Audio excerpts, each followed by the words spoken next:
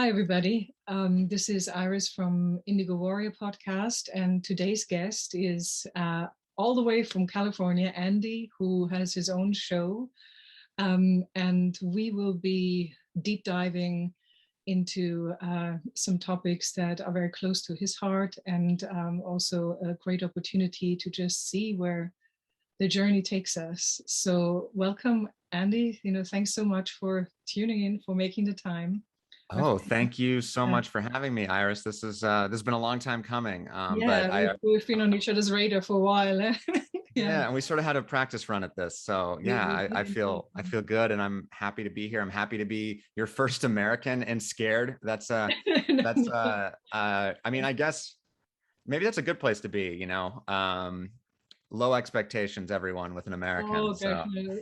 I said my former, also Andy is pretty much around the corner from my former hunting ground, where I used to live in California. So even the serendipity of that is quite remarkable. And we met on Instagram through the two different sort of men's mental health channels. And yeah, Andy's going to give us a bit of a load on what he actually does, and how he helps men in his own right. Yeah. yeah, well, oh man, what do I do? Good question. So I am in, yeah, Los Angeles. That's the sort of where I am, or Glendale more specifically. And I'm a writer, and I sort of in the past year have sort of stopped waiting for permission to do the things that I want to do. I think I've always been very anxious person, very overthinking, very worried about perfectionism or failing. And so this year, I finally, well, I've done podcasts before. I've tried acting, I've tried improv, I've been writing, I've done all sorts of different things, and taken odds and end jobs. I'm a wanderer, a traveler. That's how I sort of feel like myself. I'm best when I'm like entering new spaces. Yeah, So this is a new space. space nomad, no?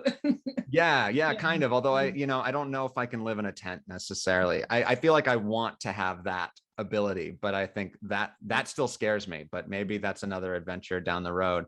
But yeah, right now my sort of two shows or babies, the Naked Man podcast, and that's wherever you listen to podcasts. And that I didn't know when I created it that it was sort of in this mental health space, but it was basically I just really needed a place where I could have real conversations with other men, but also with women, with anyone on the spectrum, however they define themselves. And I just wanted to force myself to be vulnerable, to be honest, to be accountable too, and to be responsible, and sort of explore the mistakes that I've made, and the things that I'm too hard on myself or not hard enough on myself, and just sort of trying to figure out, yeah, the biases that I have, and also just sort of finding a connection with people. That I think is what I'm trying to do. Every time I sign up for something now, and sign up meaning just you say yes, it's sort of like, oh, okay, I'm down to connect with someone. So that the Naked Man is like one of those things. And I just sort of have conversations, and we do monologues as well.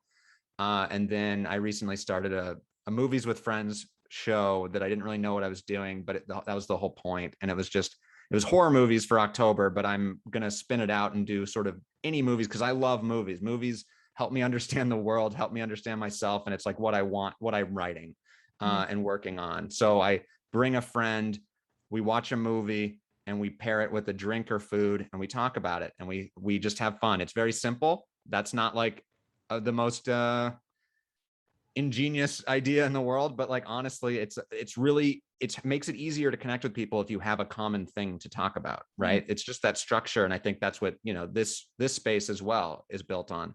Yeah. So I mean, that might have been too long, but there you go. There's No, my not at spiel. all. We share the cinematography, obviously, and the movie background too. So I can very much empathize, and also I can see where the fun lies in that, even if it's a bit of a marathon.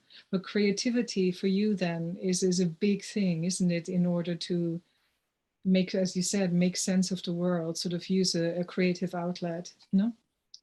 Yeah, I mean, I think even as a kid, my parents would say I was, he's in his world. Andy's in his world, and I was, I think that's where I felt the most safe, was creating. But I always felt safe creating in my own head, in my room, in my space, not really sharing with other people. And that sort of extended with school and you know, one not wanting to rock the boat or make a decision about who I was because I didn't know. But in my room, I was like, you know, I mean, I'm Max. I'm wearing the Max t-shirt right now. Like I'm just sort of going into where the wild things are. And but like I've been most of my life afraid to share that or afraid of judgment because, you know, the world can be very critical and judgmental, and I'm very sensitive and also insecure and sort of didn't have that confidence of like, oh, the things that are in my head people would want to know about. Yeah. So it was safer. So I think, yeah, like playing with toys for days or like being in the bathtub for hours with toys, like that was Andy, screenwriter, filmmaker, Yeah. like 1.0 or whatever. And I think that's actually what I'm trying to be again. It's just like, oh, okay, I need to be the boy. Yeah, Um, this is an interesting point because this tapping into your inner child, before the world sort of imprinted, all this stress and this perfection on you, um, has also been a really big part of my own healing journey. It was almost like connecting the dots back to this, and creative entity that same thing that I was when I was a kid. And in that space, I was fearless because when you create like this, and there was no judgment on it, um, but I can understand the very much so being very hypersensitive. And I think us women don't give men in general enough credit that this tough exterior and this having to be perfect in the sense of the stereotype of man up, and you just have to represent this really quite toxic masculine facade, which doesn't help anybody. yeah. Yeah, we have, I think, as women, well, at least of my generation, we have very little insight into the the whole goings on of I call it almost the male soul. This is what I'm so interested about, because I had to dismantle so many biases and so many misconceptions. And now it's, I mean, you making yourself incredibly vulnerable, which I think and I find in general is really one of the most courageous things that you can do, but it's also a strength. It's not we are coming together, I think, and this is what the platform is about, almost trying to be genderless despite having this, very deliberate, male soul aspect.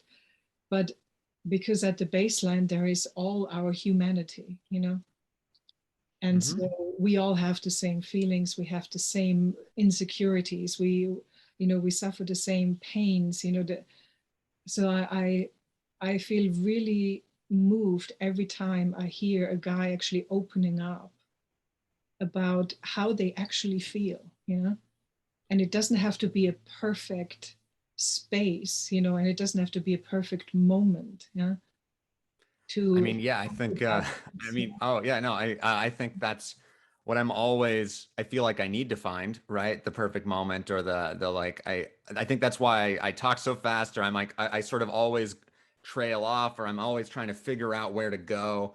Cause like, it feels like the nugget of truth is there. Yeah, Sort of. So, yeah. yeah, it's just, I'm always reaching. It's like the Sistine Chapel, like, and what I was going to say is like I had a couple things when you were talking about, well, like one, the idea that the genderless thing, and I think that the world tries, we are all different. Every single one of us are different and unique, but I think we're also very similar. So it's like, but I think the world is really good at making us feel like everyone is the other of us, and no one understands me, no one understands you. We're also, and it's like I don't think we're that different. We just all, none of us feel like we belong or feel like we're Yeah, understood. yeah, And I think that's also true. I think like it's really hard to find people that understand you and listen to you. And especially since most of the time we don't know who we are or we don't get the chance to. And I think that is where the toxic masculinity comes into of like, um, yeah, like, I mean, if I expressed discontent or anger or being upset, it was sort of often being like, well, stop complaining, stop being upset, you know, and I sort of agreed with my, you know, it was, everyone would do this, but I remember my dad a lot, but like would like, you know, the amount of time that you spend complaining on it, the chore would be done. Like if he's like telling me to do the dishes or whatever, but it's sort of like, it was teaching me to minimize my emotions though. It's like, of course I don't want to do it and that's okay. But it is like important to be responsible and do the chores. But I feel like anytime I was upset with friends in a classroom or like, you know, I would be forced into like having to make a big deal out of it to actually be noticed that I was uncomfortable. Like, Well, oh, I don't want to be here. yeah. And I couldn't say that because that would be like embarrassing or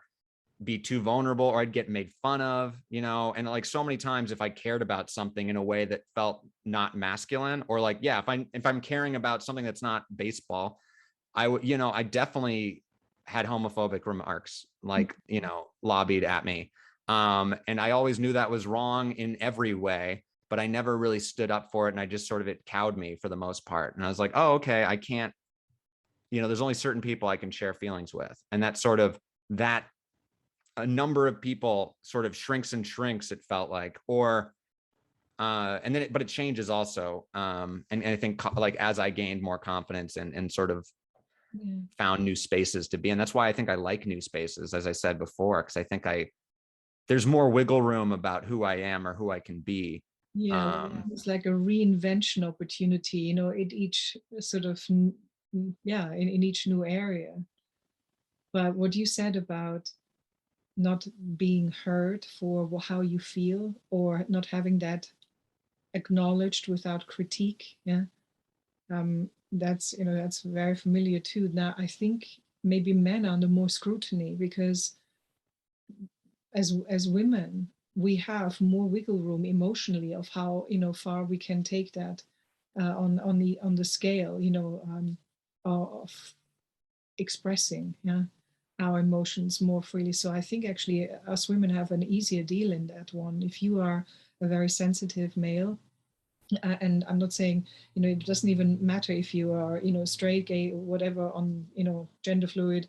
It just the persona as such, as in a masculine body, yeah, I think is under such scrutiny the minute you show more of what actually is, you know, your feminine energy, the softer side, even the nurturing side, the upset side, you know, like crying, for example, yeah.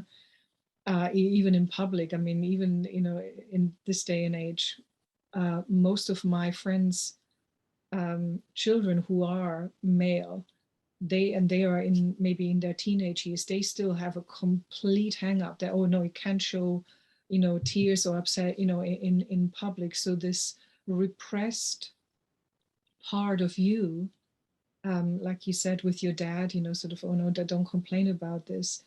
I think it it starts festering, you know, and it has to come out in some other shape. So I noticed myself that being not heard for the sensitivity and the vulnerable part actually made me more aggressive in later life, because, you know, um you are, even without any cause, whatever, even if it was a minor, even an opinion, not even a critique, the immediate reaction from was almost, you know, always defensive first.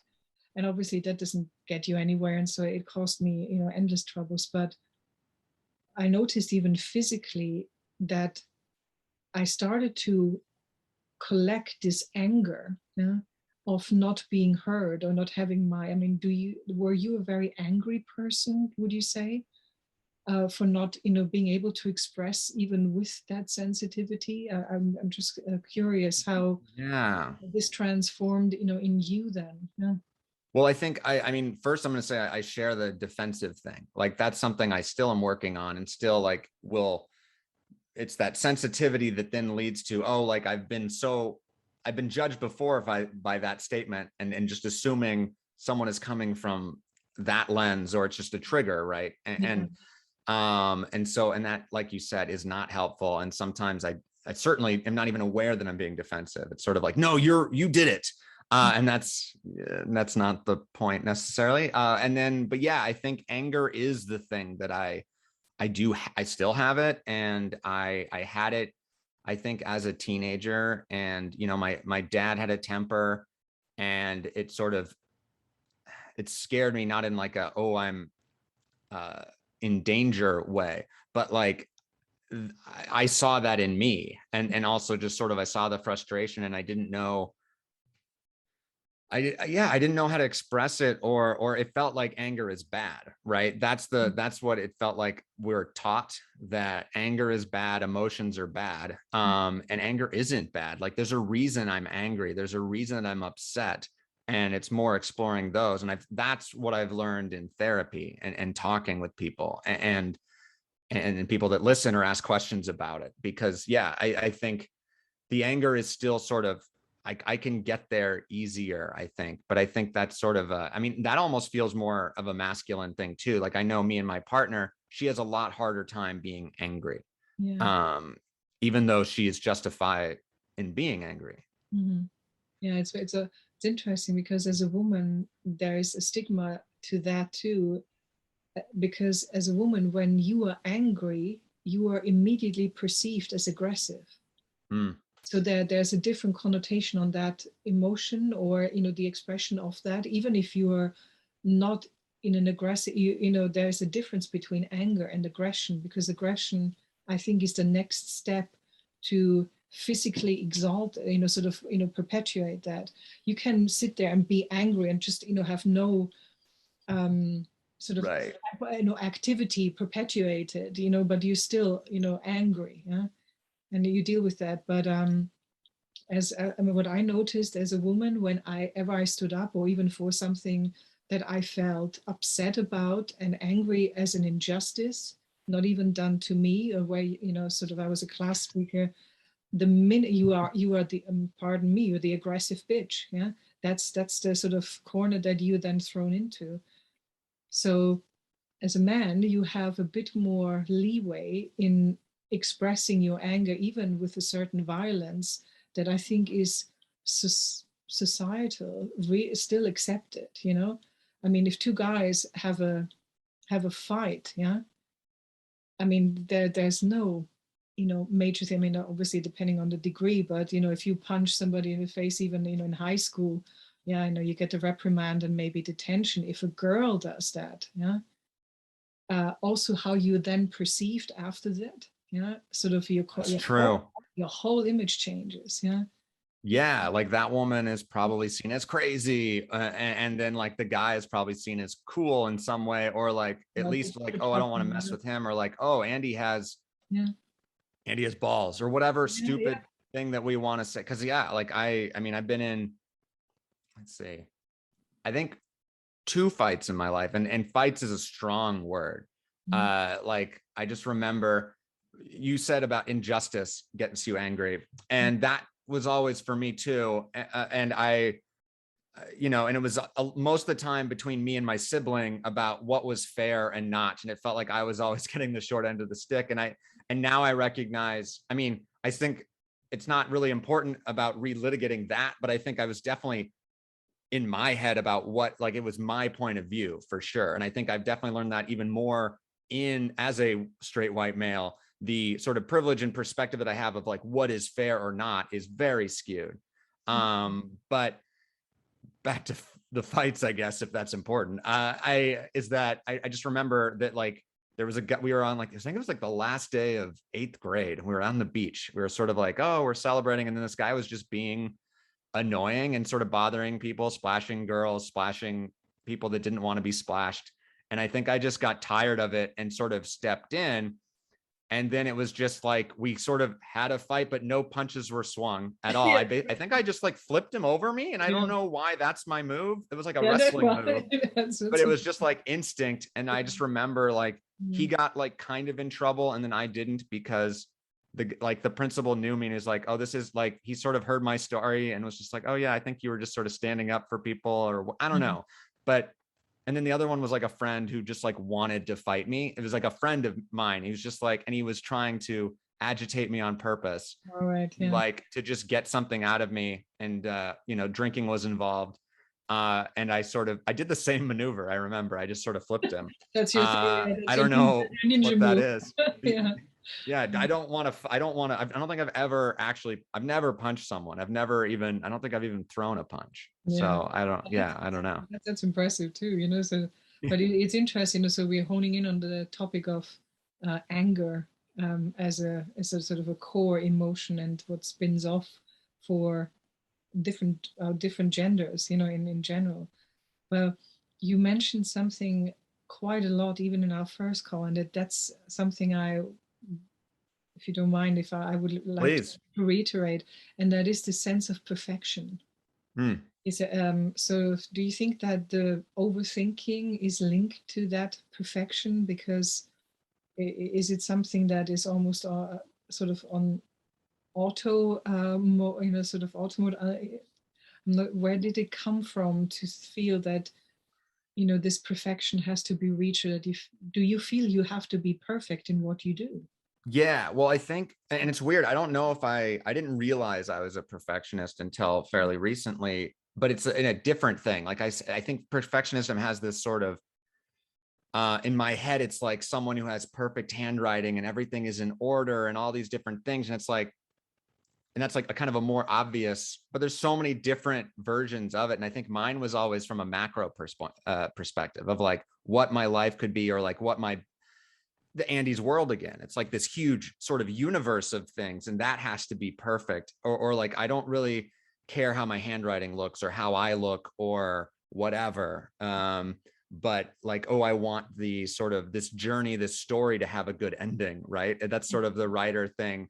And I think it was more a fear of failure, but I think that's sort of the same animal. Like basically failing is imperfection, or being imperfect is like, was the detriment from ever starting. Like if my favorite idea is a new idea because I haven't ruined it yet.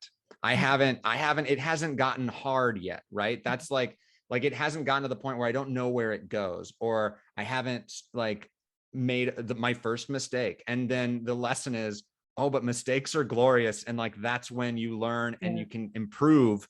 And so for so long, it was just really hard for me to make mistakes. And I do think sometimes both my parents were very capable at teaching me things and doing things. And I think whenever I made a mistake, they didn't have the patience to let me fumble through it. Okay. Yeah. And I think they sort of did it for me. Mm. And we both wanted like that scenario, because I was like, oh, I don't have to fail and you'll, butter my toast for me. Great. Perfect. It tastes better when mom does it anyway.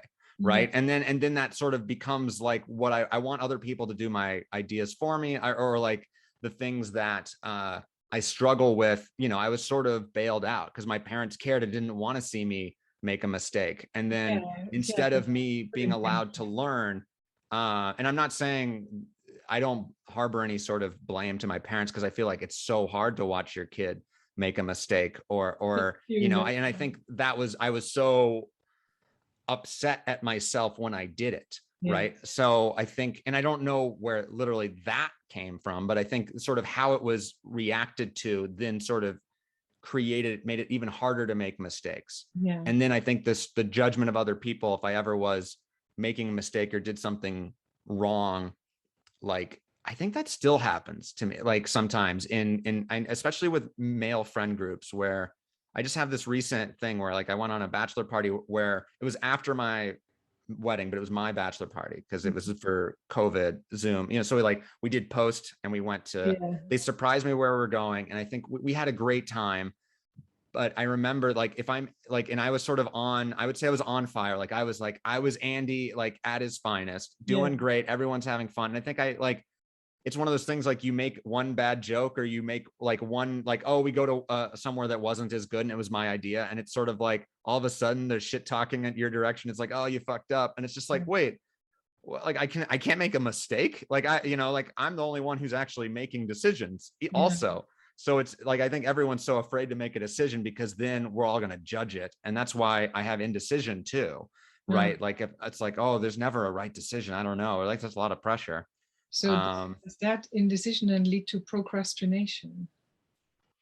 Because Yeah, that's I what think that's, so. yeah, so Yeah. it's sort of not being able to literally move forward with something because I mean, does the fear of making mistakes ever paralyze you to a point where you just literally like, no, I'm going to sit this one out, or maybe you let opportunities pass by because you don't want to engage, or Yeah, I think right now I'm not sure if there's any. Oh, well, yeah. Okay. So the one that I can think of that I let pass by because I was too scared was in, I think it was high school or middle school. Like my PE teacher, she was a woman, which I would say is like slightly rare, and just in terms of at that time.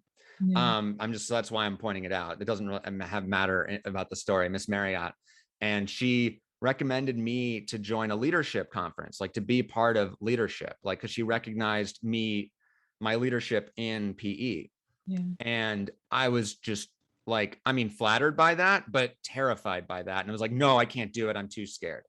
And I recognize now it's like, oh man, I really wish I had gone to that leadership conference, or like seen where that had gone, because I do recognize now that I was good in PE, that I was like, and like might be a good leader just in general, right? Like, or just like with people, because it's not an ego thing. It's like, I want everyone to have fun. yeah, Um, that's important, isn't it? in PE, because everyone can be very aggressive in PE. And I had a lot of things about masculinity in PE for sure. Cause it's like, I was good at sports, but I didn't necessarily look like it. And I wasn't a jock. So I sort of flew under the radar. And that was my favorite thing, to sort of like surprise like the most masculine people. But also doing it in the right way, where it's like, oh no, the whole rule is like each person needs to shoot on your basketball team, and we each need to like, and I want to do that. It's not the Andy show, even the Naked Man podcast. I'm trying to tell people I'm not the naked man. I want everyone to be that man, woman. Like I just all want to be sort of naked. I'm happy being the symbol. And if I make mistakes, I'll be accountable for it. But it's sort of like, yeah, I hope it's not about me necessarily. Well, I say it doesn't actually matter if it is about you in the That's sense, true. but I think you are, I mean, we are all here in this very, very, self reflective, environment. I mean, everything is virtual these days. I mean, what I just as a, because as at Oxford, sorry, is just a little bit, up the road. The Oxford Dictionary included a new mental health Hmm. um, illness, which has now been, and it's called selfitis. Yeah? It's these Hmm. people who constantly take selfies. It is now recognized as Ah, a mental illness, and it's in the dictionary of, I think, Oxford psychology or something. It was taken in just last year. So, we obviously have more focus on us, but as long as you know your intention point is set right, doesn't matter how long you are in front of a camera, how long you're talking, if you can engage people and actually spread that message, as long as it's authentic, I feel. Um, I've so let go of anyone else's opinion on me or on what hmm. I do, and it took me a long time to get there. So with that, also perfection disappeared. Life Yeah. life has almost become a limitless experiment, and when you experimenting, you don't fail. You just find things that you exclude, or that don't work, and you move to the things that do work, or Hmm. find those stepping stones. So for me, failure has almost has pretty much gone out of my vocabulary, in the last 5 years. So I'm jealous. Yeah. yeah, No, I so mean, I think that's where that's my journey right now. I think I'm yeah, like, okay, I just need to fail a bunch. Yeah. Let's yeah. like, Well, my business, I said, I got it from business. One of my colleagues, a senior executive, said, if you fail, fail fast. Best way to do it. Get all the shit, sort of the awkwardness and the out of the way, as quickly as possible, and then you can move on, and you can pick those things that really make sense to carry forward, or that you are also interested in. Um, and there is this lovely quote, obviously, you know, there's no such thing as failure. It's either a lesson or it's a blessing. Yeah. Yes. So, which I kind of like. I mean, I know it sounds a bit cheesy, but it really depends purely on your perception of it. Yeah. Yeah, and it's sort of, it's what you do with after, and yeah, like what is success even too. So Yeah. it's like they're both sort of illusions or myths, and I also know that like, hey, if I write this screenplay and win an Oscar, I'm not going to be like the happiest man in the world. Like that's not why I'm doing this, you Yeah. know. And if it was, then I think I'd be a different person. But like, but and I hope, that's my fear, is that I'm that person, but I know I'm not now. Like Yeah. I think that was the, like, oh, I can trust myself now. I'm not gonna turn into that person. That's But emotion, isn't like, it? but Yeah. that's seen as a success, right? Or like, oh, if I'm making money, all these different things, that's success. But like, it really is just like about being who you are. That, to me, that, or just sort of, or even flailing about who you are is, I think that feels accurate to me. It's Yeah. just like, oh yeah, maybe that wasn't me, but I'm glad I tried. Now I Yeah. know. Or like, oh yeah, I think it is sort of like failure is an opportunity Yeah. to Well, then, it's a self-exploration journey, and I think we are, over the years, and because I am very creative myself in my sort of day to day, I noticed that for me, the outcome, even of a piece of artwork or something that, you know, that I make, or even writing wise, you know, I already let go of the end product, because for me, the actual process is not only more interesting, it's more exciting, um, it's more fulfilling. You know, if I had, I did this, you know, many times before, I like to paint in acrylics, very sort of, you know, abstract. And I love experimenting with textures. The minute that painting is finished, I couldn't care if it ends up on a skip or, you know, in a charity shop or on a millionaire's wall. Yeah. So the finished product, it's very strange because I let go of before it comes to that. Yeah. And then I'm already, you know, mentally I'm on to the next one, or maybe I got an inspiration from doing this, you know, for something else. Yeah. So I'm right. constantly cross-populating in media. Yeah. You know, I had this bizarre thing of, you know, I saw an oil spill, a little one, you know, on the road, that had the shape of a ghost, you know, Ooh. in these rainbow colors. Yeah. So I took a picture, and then I thought, and it got me to a story, you know, to a ghost story, you know. So for me, there cannot be failure if you constantly create. Yeah. Yeah. Well, oh man, the ghost story. I'm in Yeah, on that ghost story. because Like, we're haunted by our love of oil. yeah. Well, so no, it's yeah. Um, Sorry, I didn't mean to interrupt. I just got excited. no, but see how that already creates something in you that pushes you into your own direction of creativity, you know. So then you can spin this forward. So for me, I think the reason why failure no longer exists is because nothing in life is ever finished. Not Mm. even if you have the painting on the wall, you could do tons of it. You know, you could plaster another layer onto it. So potentially nothing is ever really finished, because if I hand this to someone else, they could add something, you know, very personal to them. Also in a piece of writing or in music, for example. So I think letting go of the outcome of the notion of Mm. how it has to come, you know, how it has to look at the end. I think that really disconnected me from this fear and anxiety of failing. And I approached so many more different media, because all of a sudden I was brave enough to just throw myself in. I'm like, I'm a total beginner anyway, so, you know, who cares if, you know, I make a mess or whatnot. So this beginner attitude, you know, with everything new that I approach, and this can also be a concept of thinking. It doesn't have to be, you know, physical. Yeah, that kind of absolved me from failure for life. I don't, Yeah. I'm not, but seriously, I'm so not bothered by this anymore. And I used to be on the complete opposite side, same as you know, absolute perfectionist, because my father is, you know, an engineer genius, you know, and my mom is a artist. And they had such high expectations on me and what level I had to get to. Yeah. So I was drilled to succeed, you know, and if I didn't have an A plus or an A or a B, it was already frowned upon, and I was also abandoned, you know, for that, you know, Mm. sort of almost punished for not being perfect. Yeah, Oh, wow. yeah. So, but I know I'm in failure is my great friend now. You know, it's like, hey, come here, buddy.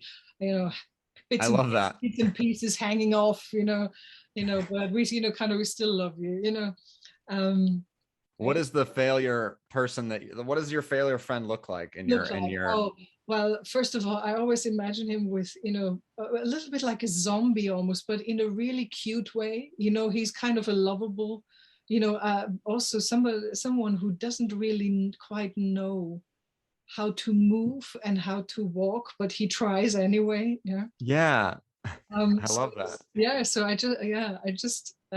try also to, if I have if you say failure, if I don't succeed in something, I always try to make it fun or almost pull it into the ridiculous. Yeah, that's Yeah, no, that's a, don't take things too seriously is always a great. exactly. Yeah, my grandmother had a great saying. She was, I mean, you know, one of these battleships that survived 2 world wars and, you know, God knows what. And she's every time something happened, you know, even in the household, something dropped or, you know, a plate fell and she was like, "We're not going to die of that today." And that was her thing to that was her answer to absolutely everything, you know. Yeah, we're not going to die of that today. So I thought that's a pretty cool life philosophy to have. That is, we're not going to die of that today. Although I would say there is another side of it that I'm just thinking of like, because I was wondering, you know, because I was thinking, I mean, your story like, I have so many things I wanted to talk to you about or ask you after that, so I'm going to try and remember them. We'll see. The Yeah. first one was sort of after that, like, oh, we're not going to die of it today. Reminds me, it made me think of, you know, your embracing of failure and how, you know, when you finish something, the outcome doesn't matter and you just jump to the next thing. Mm. And I think it's been funny because I think whenever I create something, I have to trick myself into thinking that when it's done, it's perfect. I have to just trick myself. I have to be like, oh, the draft is finished. And then I sent it off, and I'm like so shocked when people have notes or that there's anything wrong with it. I'm like, what?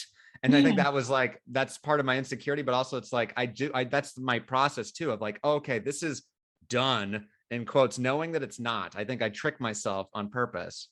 Well, whatever Um, works for you then, you know. yeah, no, It is very exactly. individual, I think. Yeah, everybody has a Yeah. different slant on that. Yeah. When I was also thinking, I was wondering though, if also, you know, the idea of like, because I do the same thing that you do of jumping to something else and not caring about where it ends up. To me, I agree and I want that to be true. But then I'm also wondering if perhaps that's a defense mechanism of like having ambition or hopes for what that is. Does Mm. that make sense? Like Yeah.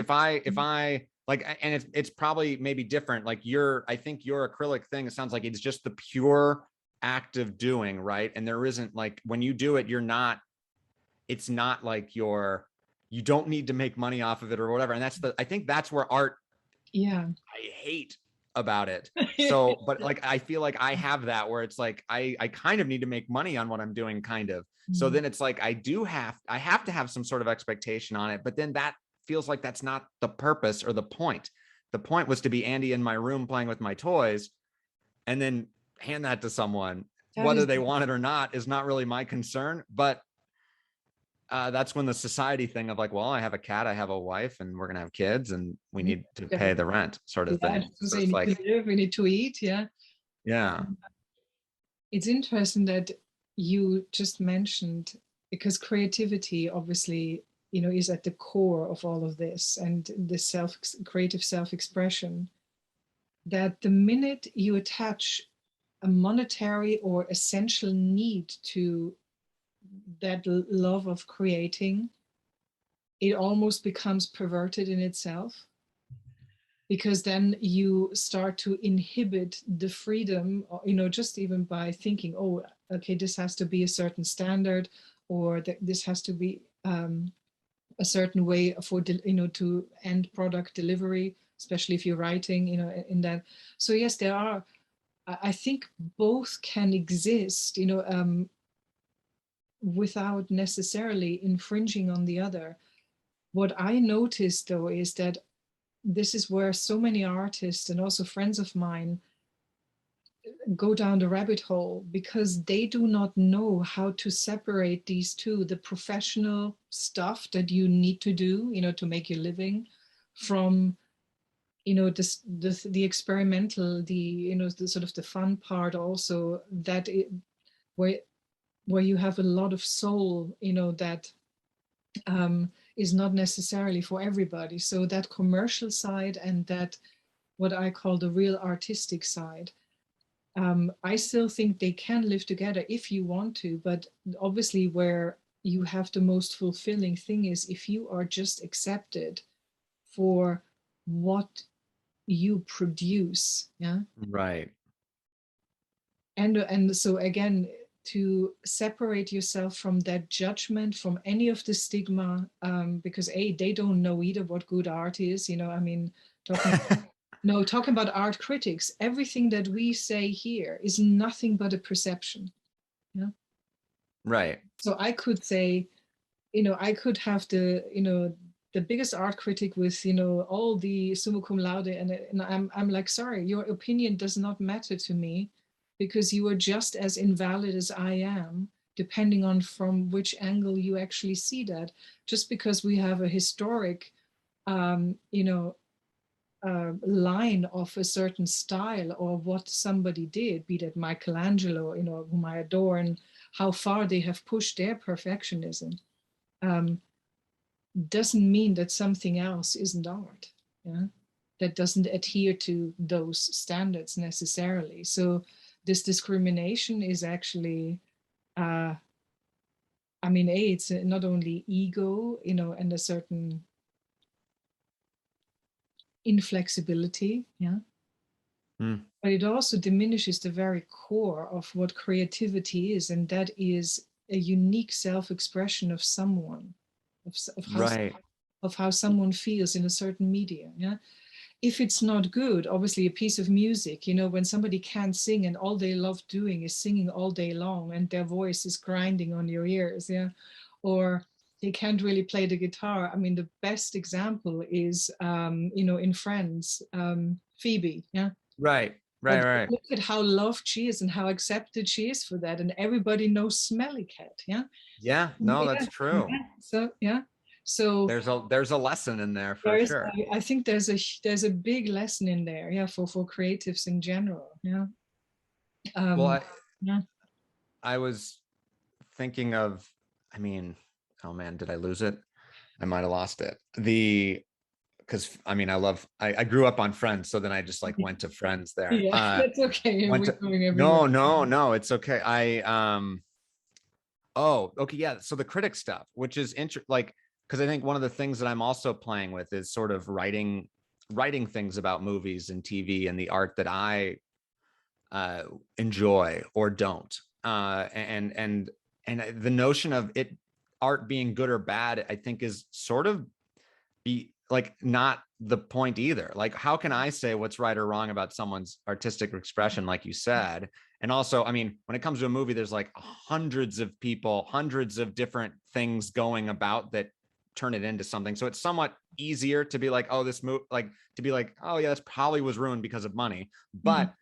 But also it's like, it's just because I didn't like it doesn't mean someone else won't. And also, so I try, because yeah, it doesn't matter if Roger Ebert hates this movie Yeah. or I hate this movie. He might have more historical background about why or whatever, but it's more about what I feel about the movie. And there are biases every time I sit down and watch it, or even like if I have a stomach ache while I watch this movie, that will change it. And I try to for me, I try to include me in the review, because to me, it's like, I think the whole point is to be like, oh, I'm a critic. I'm separated from this. This is the exhibit that I'm analyzing. And I'm just like, that's not real.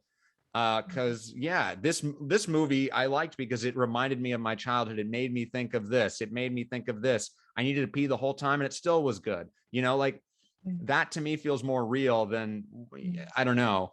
So like, but it's hard. Yeah, because It's I mean, hard. from I obviously I grew up in Vienna, and around a whole bunch of artists, and I heard one comment once which stuck with me, and it was during some kind of art show, and somebody came up, and I'm not sure if it was a journalist, and he said, "You know what? Art critics, I actually really feel for them," something along those lines. They are the most fearful people because they have actually nothing to participate. Because most of them, I mean, I said, not a single art critic that he knew actually did art themselves. So Mm. it was this. So I can't quite remember, but I think he mentioned something. They are always in the balcony of life, never on stage, Mm. because they are too chicken shit, something along those lines, to actually occupy sort of their own space. And I found that really, I mean, I know it's a very harsh Yeah. at extreme stance, but there's a lot of truth in that too, and that goes, if you reflect it right back on you, your perfectionism, sorry, not on you personally, but sort of Right. on the individual. um the question is, where do you want to be? Do you want to be in the balcony of your own life, or do you want to be on the stage? Right. And There's I a lot of think stuff that can go wrong when you are on stage. Yeah. Yeah. that's true. Yeah. The balcony's safer for Yeah. sure. And it's actually, this reminded me of a memory where, in college, I think it was sports related. And I just basically said, no, I don't want to play. I'll just watch. And then I remember my friend was just like, of course you just, I mean, it's basically, actually, it goes to the like negative, the word that now is used in politics, like, and stuff like cuck, like in terms of like, Yeah. basically he didn't actually use that word, but it was sort of like I was being called that. But Mhm. also like he pointed out my favorite movie is like a baseball movie where the kid is the manager and he's not actually playing. Yeah. And to me, it was just like, well, I don't think, like, it's not black and white, and it's like, but it's like, I just don't want to play right now. That's okay. Like but I think there was a reason why that appealed to me to watch, because then Yeah. I am not necessarily making the mistakes or taking the responsibility. But I think also that's how I learn too. Watching movies, watching sports, watching people perform, whatever it is, or watching even conversations and stuff like that, I think is actually how I learn. And I didn't maybe know that, but like I was sort of like, I have to watch it first and then I will, but like, I think that was my hurdle. Like I wasn't able Yeah. to just do it without watching, because then that was too scary. Mhm. Like I needed to like have some context. Yeah, and also Um, you have a little bit of distance first, and to see how everything runs off. No, but that again, very much the same here. So I said, this is not a critique. I think that has to do with losing control, the fear of not being in control.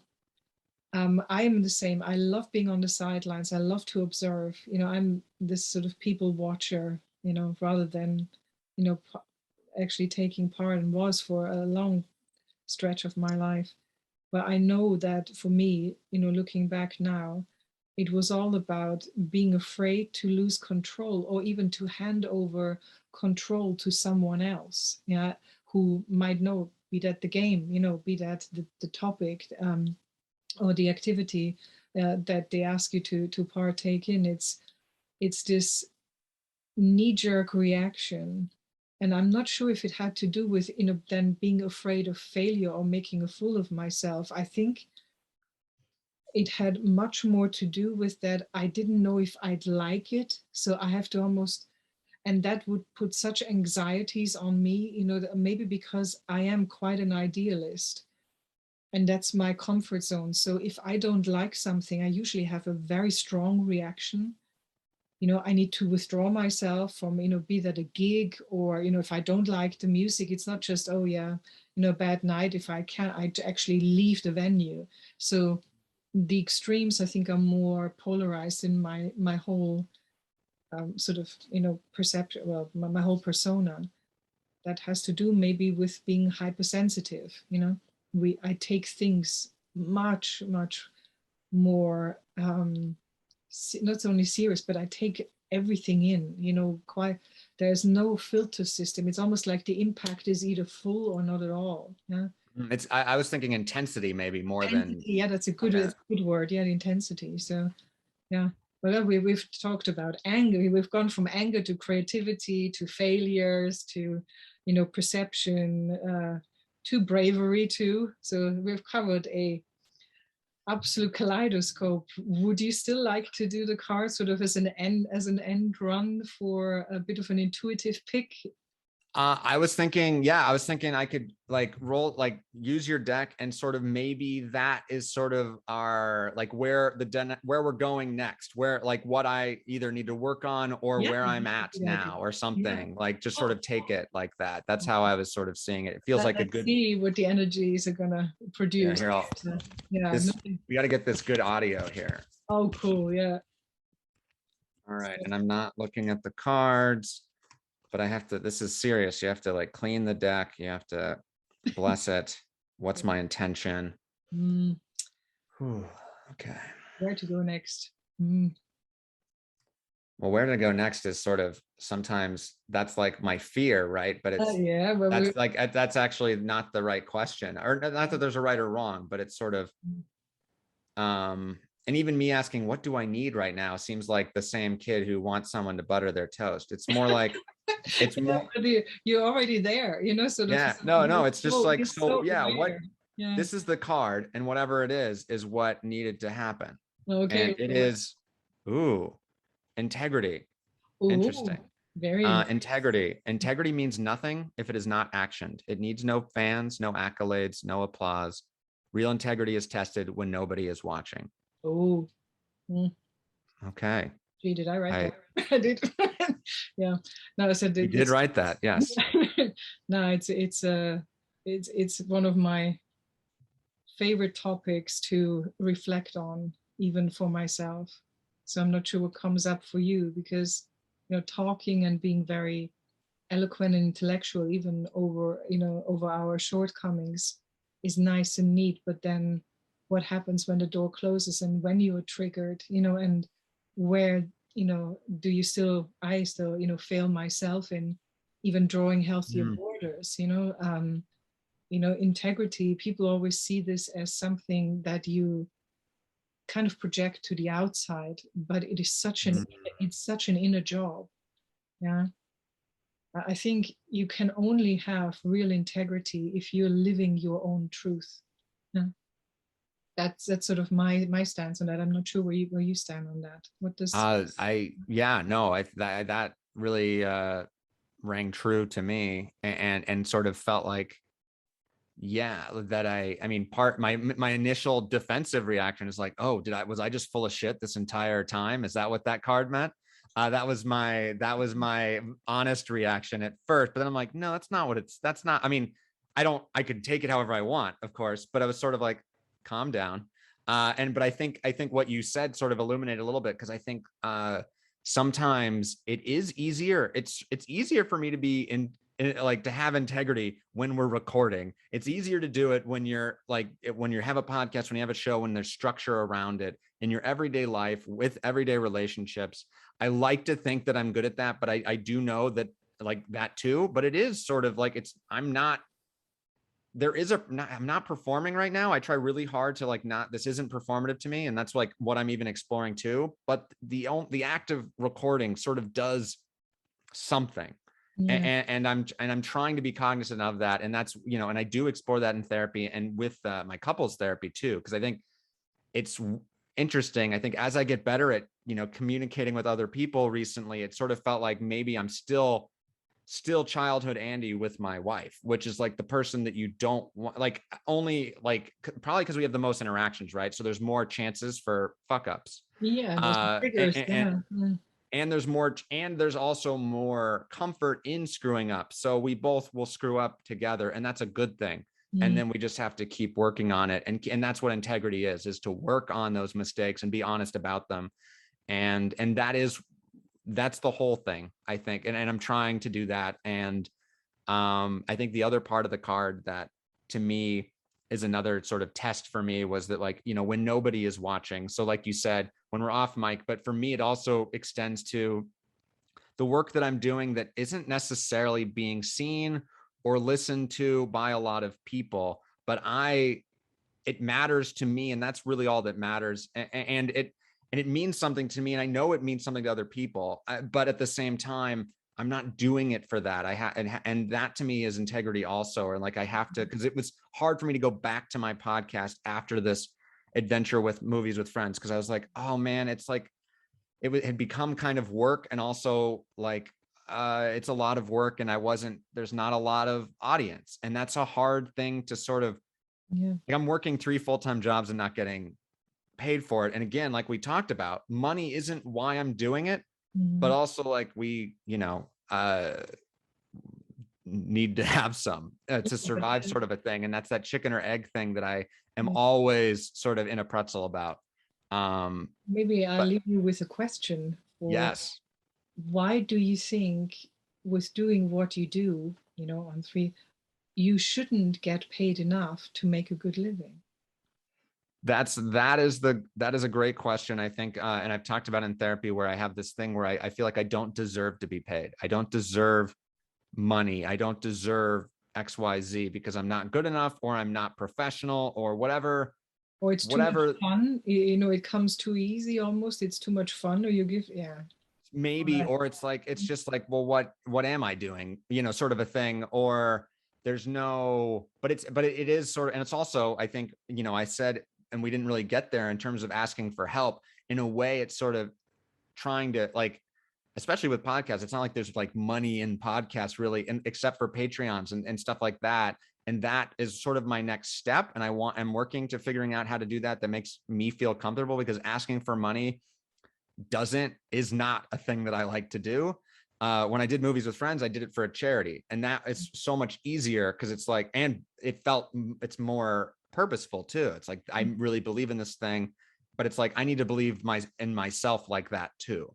And then I think it will work out. And that is sort of, I think, part of where I'm at right now. So yeah, but that's an interesting reflection, because also that kind of integrity then, you know, to be professional obviously and try to, you know, do your best to make I never liked that term, to make a living, because that to me is already forced.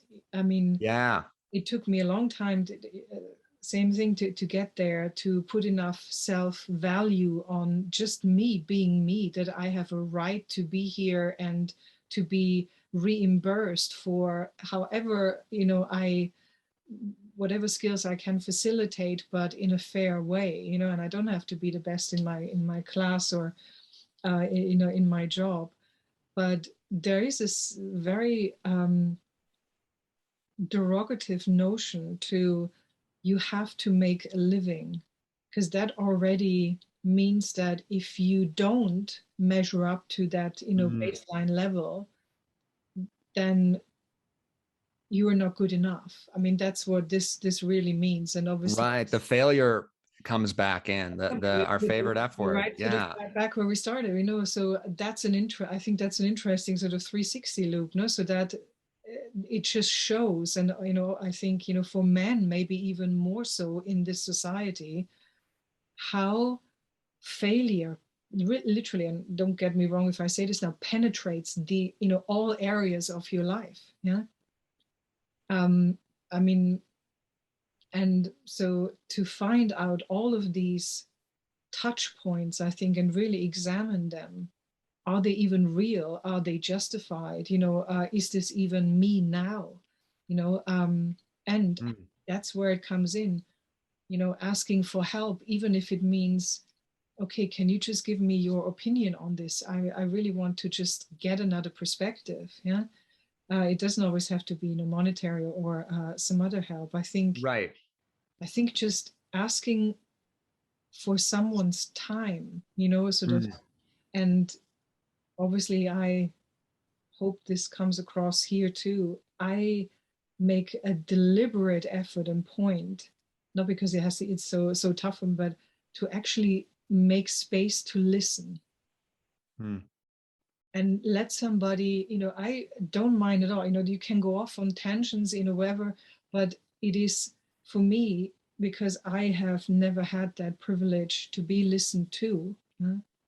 I know the pain that comes from not being heard or never being able to finish your thought process in the presence of somebody without being judged or time or our time is up sort of thing. Yeah.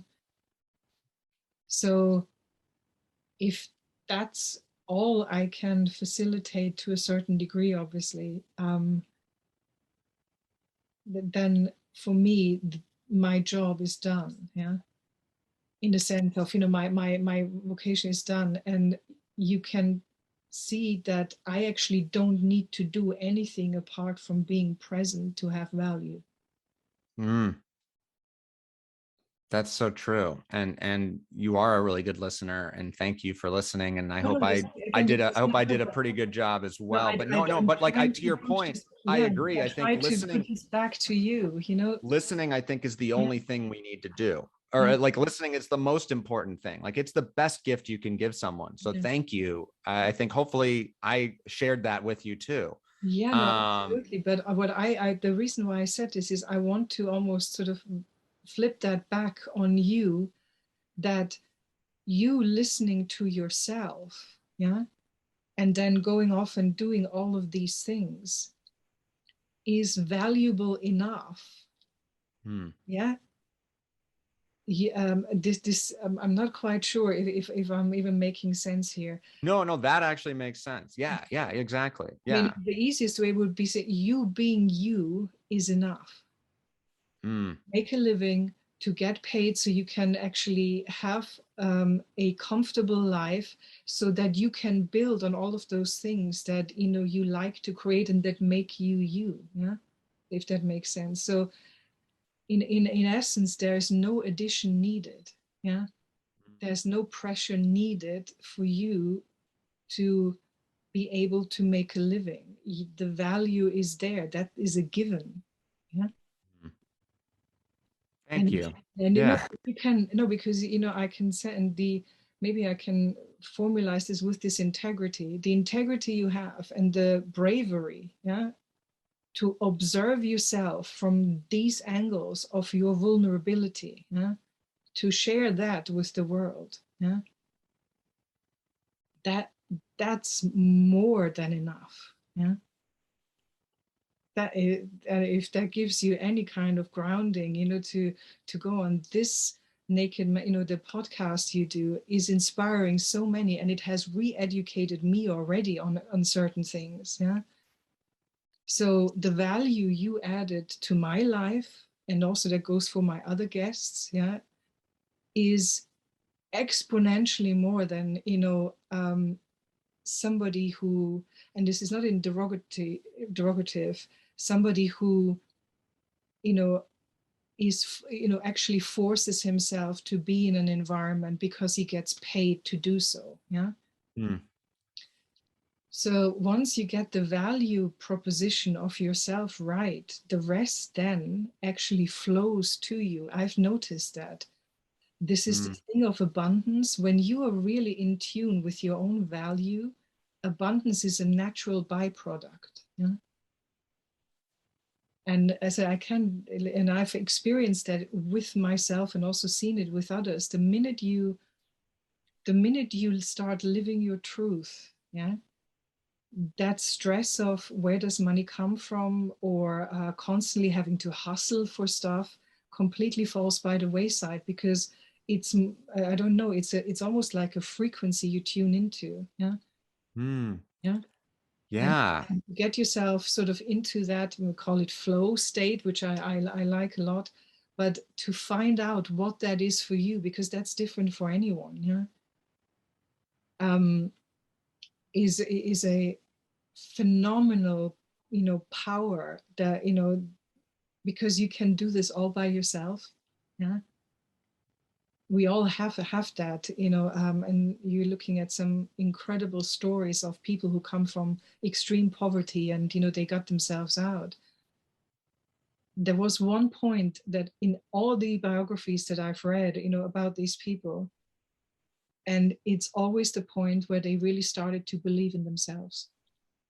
And that made all the difference. Yeah?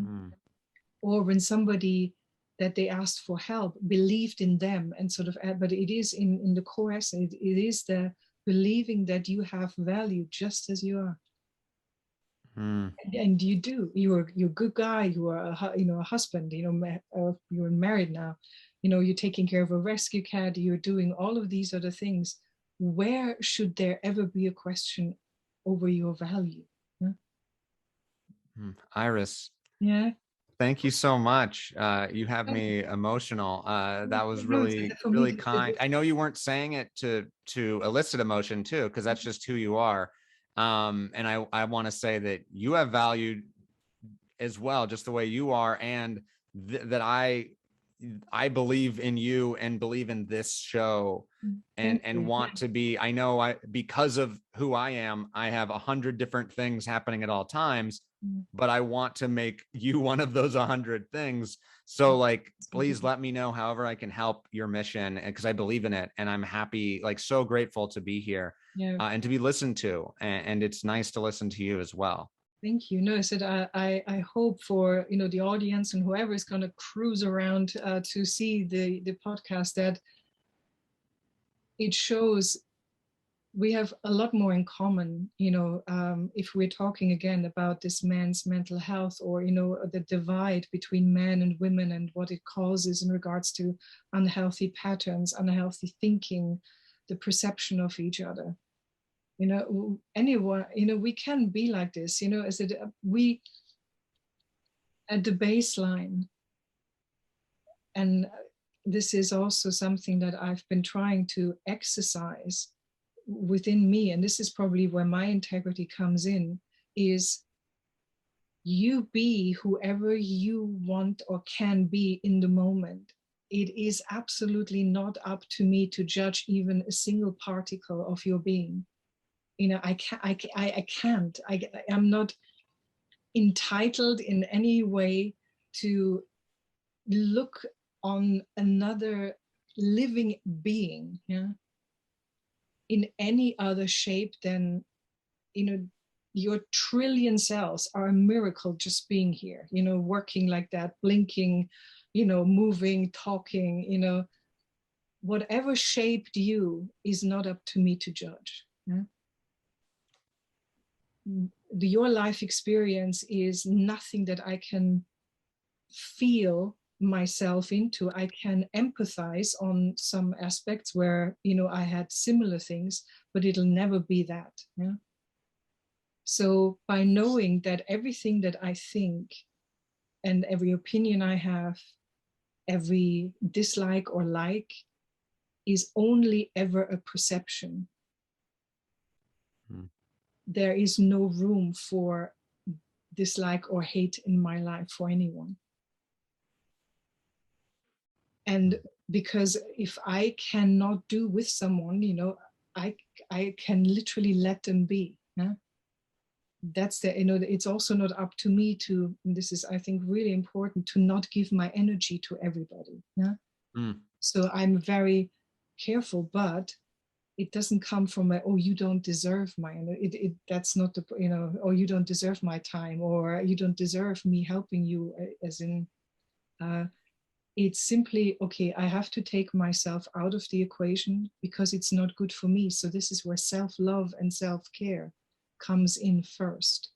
And if I'm in that notion, if I'm in that nucleus, if you want, of consistent self-care and self-love, I can also be better for everybody else who resonates with me, if that makes sense.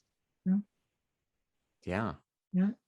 And I'm trying to mindfully take myself through each day like that. I mean, I have checkpoints every couple of hours of, okay, am I really authentic now, especially in, dialogues or in a situation where there are other people involved. And if I modify, it is like a constant morphing into the most authentic version that I can be in this moment. And whenever I do that, I notice that the energy in the room changes. Also for other people. It's suddenly like something, it's like when you take a deep breath out and you're like, Yeah. An exhale. Yeah. Because if I can manage, and I want to really convey this to men, especially who are listening, if I can manage to be myself without aggression, without constant reaction or constantly having to force things, yeah, life itself flows. It starts to flow. And that means that you can then tap into every single thing. So this limitlessness that we have at our fingertips every single day, we can also give to ourselves, And so this is in a long roundabout way to say, that value and making a living, which, you said is the crunch point, and people working 3 jobs and not knowing why. The only thing that needs adjustment or that needs rebalancing is nothing more but your belief that you are worth just by being. And it doesn't matter in what form or shape you are being, just here in the now, good enough. Yeah. Good enough. Good enough to make a living, good enough to be a great husband, good enough to deserve a hug when you get off there from your wife, or good enough to have friends compliment you and support you. But at the core perpetuator of this, the core conduit, this nuclei, has to be you.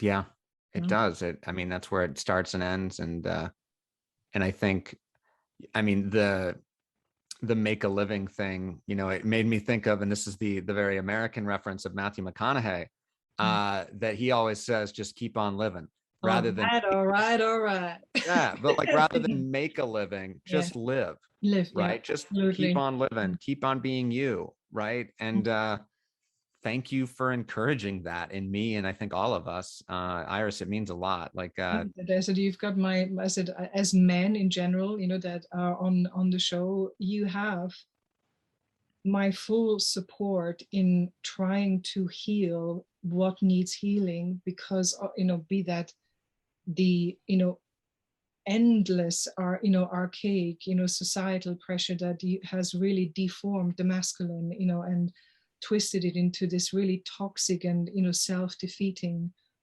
thing that you are struggling, so many men are struggling with now, most men I know actually at some level. So there is always a space here, yeah, that I just want to make that clear, to be safe and to express yourself in whatever shape or form, because it matters to the people who are watching this now. Yeah, what you've said, they can maybe associate. There are so many little ripple effects, that even your podcast or whatever we talk about, but we have to talk about it. yes. Yeah, so the silence, and this is the last thing I'm going to say, I want to help end the silence around the stigma of men's mental health. So me too. Yeah. Let's do it together. We got to do it. Yeah. Motivated now. Well, I know it's early in California still, so I hope, Andy, you have a wonderful day, rest of the day. It's late here, so I'm gonna have a night cup and then reflect on our discussion. Thank you. Yeah, I'm gonna have lunch and reflect on our discussion. What a magical world we live in. Yeah. Indeed, yes. So yeah, and thank you so much, Iris. Just made it, well, to me the world is a village, so I like that. Yeah, And I hope I- on your side of the village, you're having a great day. Oh, thank you. Yeah, I like living in your village, Iris. It's Cool. it's all of our village, but So, I like that image a lot. So yes, a village sounds good. Well, okay. until next time, Iris, Yes, and I'd thanks everyone for love to listening have to you that. on there, and it's a good luck with all the other podcasts and your new ventures. Yeah. And guys, Yeah. if you want to see or if you want to listen into Naked Man podcast, the link is below in the description. And I very much encourage you do so and find out a lot more inspiring things about Andy. And thanks so much for being my guest tonight. Yeah. Oh, thank you so Thanks. much. Take care. Yeah, for Bye. having me.